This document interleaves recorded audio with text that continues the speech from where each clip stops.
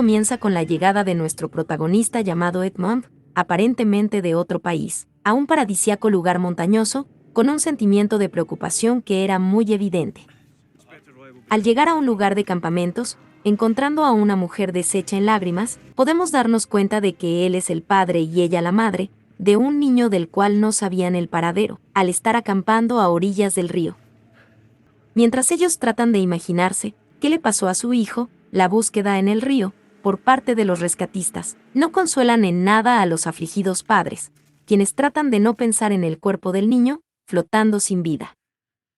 Mientras nos percatamos de que los padres están separados, él trata de aguantar las ganas de culpar a la madre y ella, arrepentida, explica que los organizadores del campamento se veían buenas personas, pero al llamar el novio de ella, el padre no aguanta más y le reclama preguntando si fue idea de su pareja. Soportándose el uno al otro, en pro de su hijo llamado Isen, los padres se encuentran con el jefe de rescatistas, quien está iniciando los trabajos para peinar los terrenos cercanos con ayuda de su equipo y voluntarios. En la oficina del inspector, quien lidera el plan de rescate, el angustiado padre, llamado Edmond, es informado de las hipótesis que se tienen sobre el hecho, sin descartar el secuestro, a lo cual, al ser interrogado, él comenta que, por su trabajo en plantas petroleras, viaja incluso a lugares peligrosos. Como es comprensible, el inspector realiza preguntas sensibles y pide el teléfono a Edmond, el cual, resignado, entrega. Al continuarse el interrogatorio, podemos enterarnos que el padre casi no ve a su hijo y que aparte de él, también deben considerar sospechosos a la pareja de la madre y a su propia pareja. Al querer estar al lado de la madre llamada John, Edmond no se libra de una incómoda charla con el novio de ella, debido a que ella duerme, sedada por pastillas que le dio su propia pareja, pero al reclamarle Edmond sobre este hecho, el novio dice que no le haría daño y que lo que le dio es inofensivo.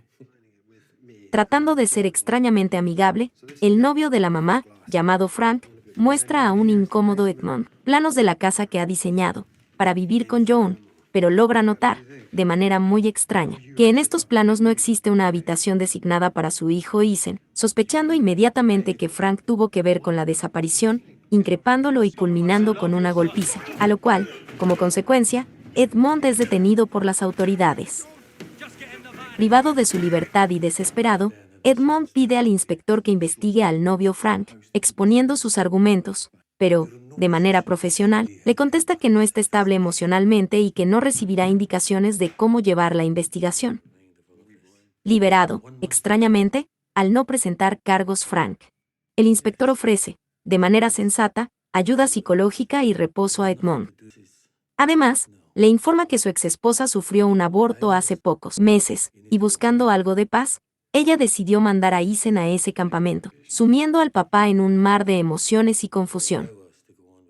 Visiblemente afectada y en un remolino de sentimientos, al ir Edmond a buscar a John y decirle que siente lo que le pasó al perder a su bebé, ella le confiesa que se había sentido contrariada, por la emoción que tenía por la espera de su bebé y por el odio que manifestaba su hijo Isen por él.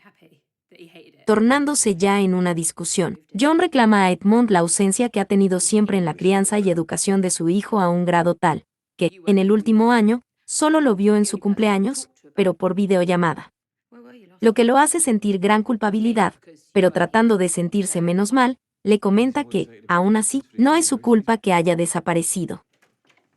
De manera misteriosa, el inspector llega a la casa alquilada de Edmond, pidiendo mediante una nota que le entregue su teléfono y al ponerlo en un lugar en donde no detectara su conversación, le explica que su teléfono puede estar intervenido debido a que altos mandos tanto de Glasgow como de Londres le ordenaban que abandonara el caso de la desaparición de su hijo, a pesar de que él protestó por ello, lo obligaron a obedecer, a lo cual, apenado, le dice que está solo en esto.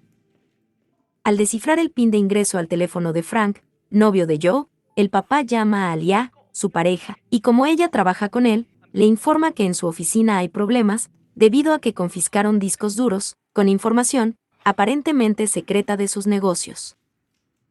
Haciéndolo políticamente incorrecto, al haber tenido acceso al teléfono de Frank, Edmond revisa sus grabaciones, en donde ve contrariado entre felicidad y culpa, videos de momentos compartidos con su hijo y al ver cierta melancolía en él, al ser mencionado en su cumpleaños, no puede con eso y estalla en llanto.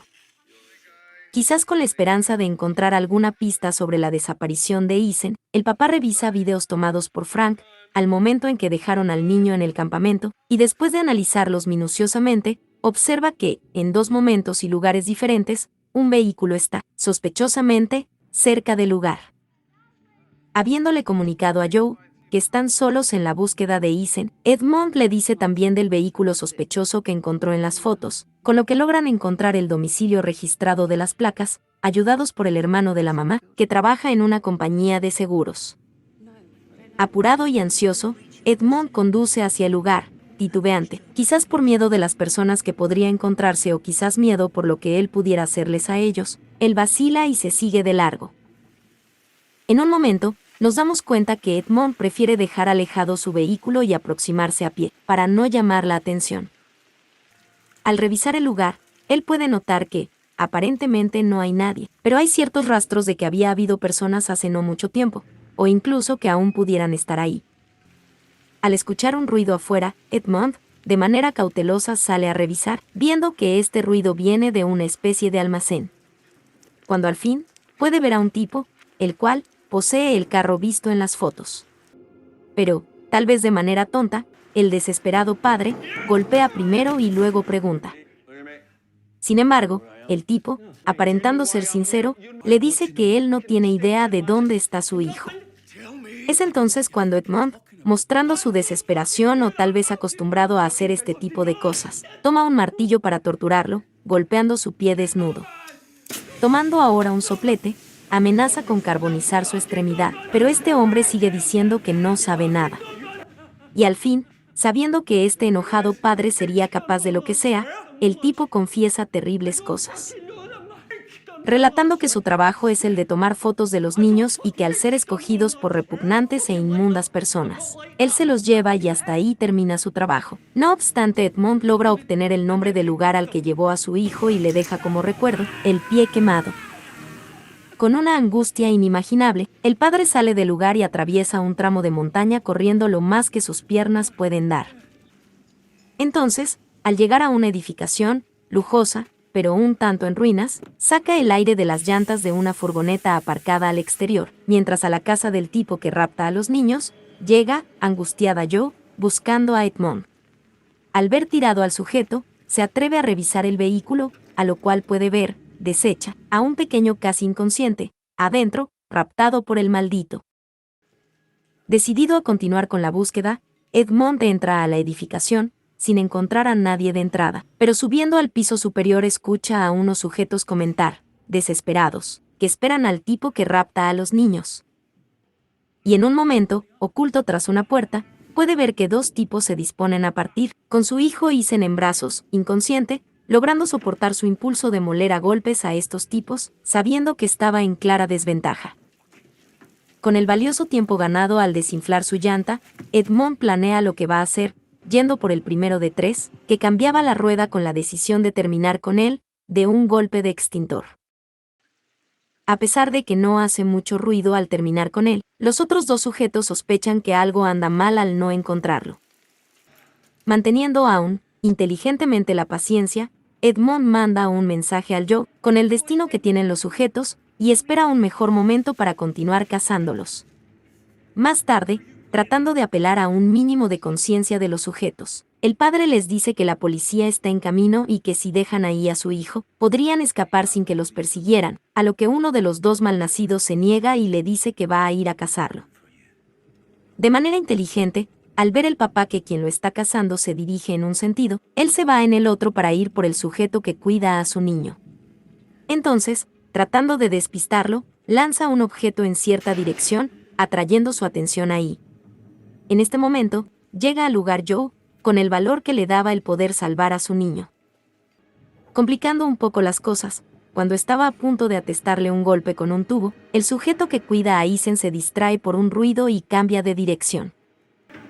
Acto seguido, aprovechando la desesperación de quien lo está cazando, al disparar a ciegas, Edmond logra llegar a la habitación en donde tienen a Isen inconsciente.